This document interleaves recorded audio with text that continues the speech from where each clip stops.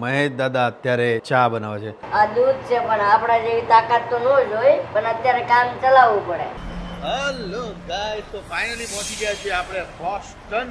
અમેરિકાની સ્થાપના બોસ્ટનમાંથી થઈ છે. કેબલભાઈ, જય માતાજી ભાઈ. કેબલભાઈ લેવા આવ્યા છે અમને. બોસ્ટન 4 દિવસ રહેવાનો છું અને આજે બોસ્ટનનું વેધર ક્લાસ વેધર છે. મારા ભાઈનો છોકરો બોસ્ટનમાં ભણે છે, એને પણ અત્યારનું સરપ્રાઈઝ આપીશ.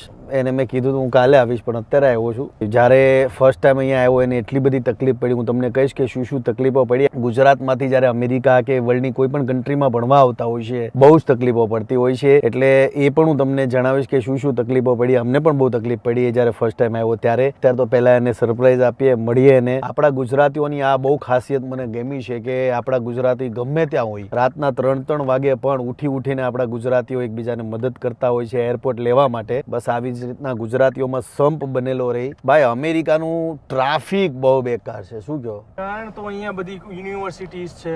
હાર્વર્ડ યુનિવર્સિટી અહીંયા. હાર્વર્ડ બી અહીંયા છે? ઓહો. એટલે હાર્વર્ડ યુનિવર્સિટી વર્લ્ડની ટોપ મોસ્ટ યુનિવર્સિટીઝ છે. એ પણ આપણે જોવા જશું. ટ્રાફિકનો પ્રોબ્લેમ એટલા માટે બોસ્ટનમાં વધારે હોય છે કે મોસ્ટલી સ્ટુડન્ટો ભણવા અહીંયા આવે છે. New York state, Boston state police. હા, આવું બધું બહુ હાલે. Mr. Cop, Boston State Police, a gentleman, open the door. બીજું ન આવ્યો. આમાં ઘણા બધા ઘર છે, આપણે ન ભરીને લઈ જાય. હેલો. Oh, surprise. તમે કોઈ કીધું ને, ડાયરેક્ટ મેસેજ કરીને આવી ગઈ. એ માય ગોડ. તમારા ભાઈનો છોકરો છે Sujal. So this is mister Sujal Jani. Welcome to mister Sujal.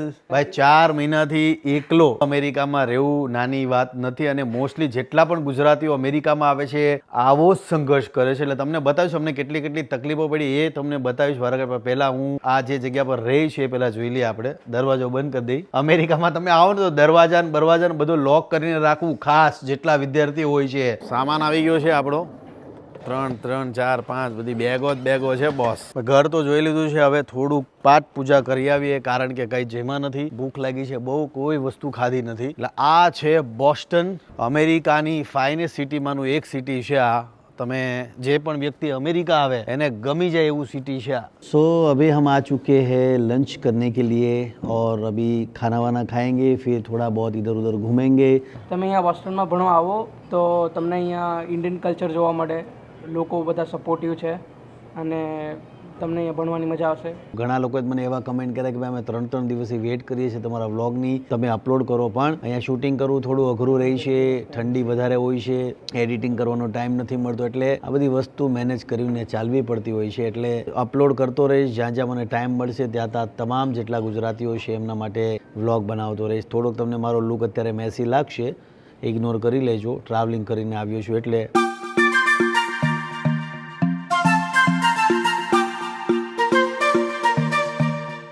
આ ભાઈ મુંબઈના છે અને અમારા સબસ્ક્રાઈબર હે. દેખતે હો અમારે video. Thank you so much sir, thank you.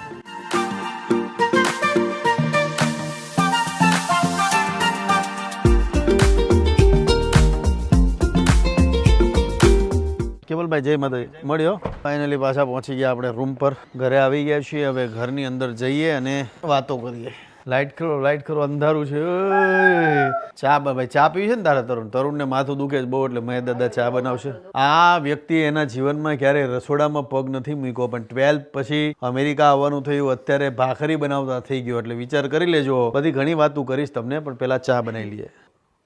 તરુણ અત્યારે એડિટિંગ કરે છે અને મહેશ દાદા અત્યારે ચા બનાવે છે. આમાં ચા દૂધ કયું આવે? આ દૂધ છે પણ આપણા જેવી તાકાત તો ન જ હોય, પણ અત્યારે કામ ચલાવવું પડે. તો ભાઈ પીવો માની ચા તો જોઈએ હો ભાઈ. બધા શોખીન હો, બધા ચા ના શોખીન. ચા હાટું ભાઈ ક્યાં ચડી ગયા છો. સુજલ ભણવામાં હોશિયાર છે અને સ્કોલરશિપ મળી હતી, એટલે ફીસમાં તો કોઈ ઇશ્યુ ન આવ્યો. યુનિવર્સિટીમાં સ્કોલરશિપ મળી એટલે તગડીવાળી સ્કોલરશિપ મળી હતી. પણ જ્યારે હોસ્ટેલમાં સુજલ આવે છે, વિઝા થઈ ગયા, ત્યારે એકને હોસ્ટેલની અંદર એની યાર એવું થયું. પહેલા જ દિવસે એક ગોરો હતો, એણે કીધું ભાઈ ફોન નહીં ચાલુ કરવાનો, 6 વાગે સૂઈ જવાનું, હેરાન નહીં કરવાનું, અવાજ નહીં કરવાનું. એટલે માનસિક રીતના એટલો એ ગોરાએ આને હેરાન કર્યો પહેલા દિવસે અમેરિકામાં જ્યારે આવતાની સાથે. પછી પાછા અહીંયા અમે એવું વિચાર કર્યું કે ચાલો વાંધો નહીં. એ ત્યારે વિન્ટરનો ટાઈમ હતો અને વિન્ટરના ટાઈમમાં સ્નો પડતો હતો, -10 ડિગ્રી બોસ્ટનની અંદર હતી. કોઈને કહી ન શકીએ ને કોઈને કહેવા પણ ક્યાં જવું એમ, આપણે કોઈને ક્યાં હેરાન કરવા, એટલે ના છૂટકે અમે એવું કર્યું કે ભાઈ આપણે એક રૂમ લઈ લઈએ જેમ તેમ કરીને. કેમ કે બોસ્ટનમાં જ્યારે તમે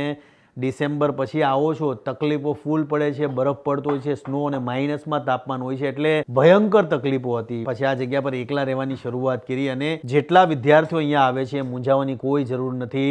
આપણે ગુજરાતી છીએ, હિંમત રાખવાની, માતા પિતાને યાદ કરવાના, મહાદેવને યાદ કરવાના, એટલે તમારા ધારેલા કાર્યો તમામ પૂરા થઈ જશે. પણ આ કહેવાનું કારણ એટલા માટે છે કે ભાઈ હર એક વ્યક્તિને પોતાના શરૂઆતના દિવસોમાં તકલીફો પડે, હેરાન થાય. તમામ ગુજરાતીઓને એ જ વસ્તુ કહીશ કે જેટલા ગુજરાતીઓ ગુજરાતની બહાર ભણવા આવે છે તો એને સપોર્ટ કરો, પ્રેમ આપો.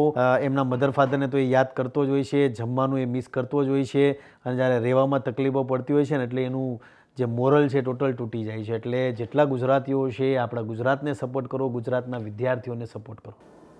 ચા બની ગઈ, કેવી બની બધાને પૂછી લ્યો. દાદાને પેલા ચાની ટપરી હતી એટલે હારી બને ને. આજ માટે આટલું છે. કાલે તમને આખું બોસ્ટન બતાવીશ, બોસ્ટનની હિસ્ટ્રી કહીશ, બોસ્ટન શું છે. તમને મારો વ્લોગ કેવો લાગ્યો છે લાઈક, કમેન્ટ, શેર, સબસ્ક્રાઇબ કરવાનું ભૂલતા નહીં. જય માતાજી, જય શ્રી કૃષ્ણ. જય શ્રી કૃષ્ણ. જય શ્રી કૃષ્ણ. જય માતાજી, જય શ્રી કૃષ્ણ. તરુણભાઈ કે ચા પત્તી કઈ વાપરી હતી એમ? હા, ખાંડમાં કઈક પ્રોબ્લેમ હે. આઈની ખાંડ છે ને એટલે કઈ ટેસ્ટ નથી આવતો. મહેશ દાદા હમણાં એવું કહેતા ચા કોણ બનાવે, વિડીયો ચાલુ હતો. ભાઈ, ચામાં mistake છે કે એમાં ઓલામાં mistake છે? ભંગાર છે, ભંગાર. આ તો હવે આ જોઈ લેજો, હવે હું ચા નહીં બનાવું, બરાબર? Deal done? ડીલ પર દાદા તમે કેમેરો ચાલુ હતો હું બોલ્યા કે ભાઈ ચા બહુ જોરદાર છે ને હું આમ બનાવું, રિવ્યુ લઈ લ્યો ને આ છે તે છે. બધાએ કીધું જેવો કેમેરો બંધ કર્યો એટલે બધા કેવા હમણાં ભંગાર ચા, એટલે હું મારે હું સમજવું.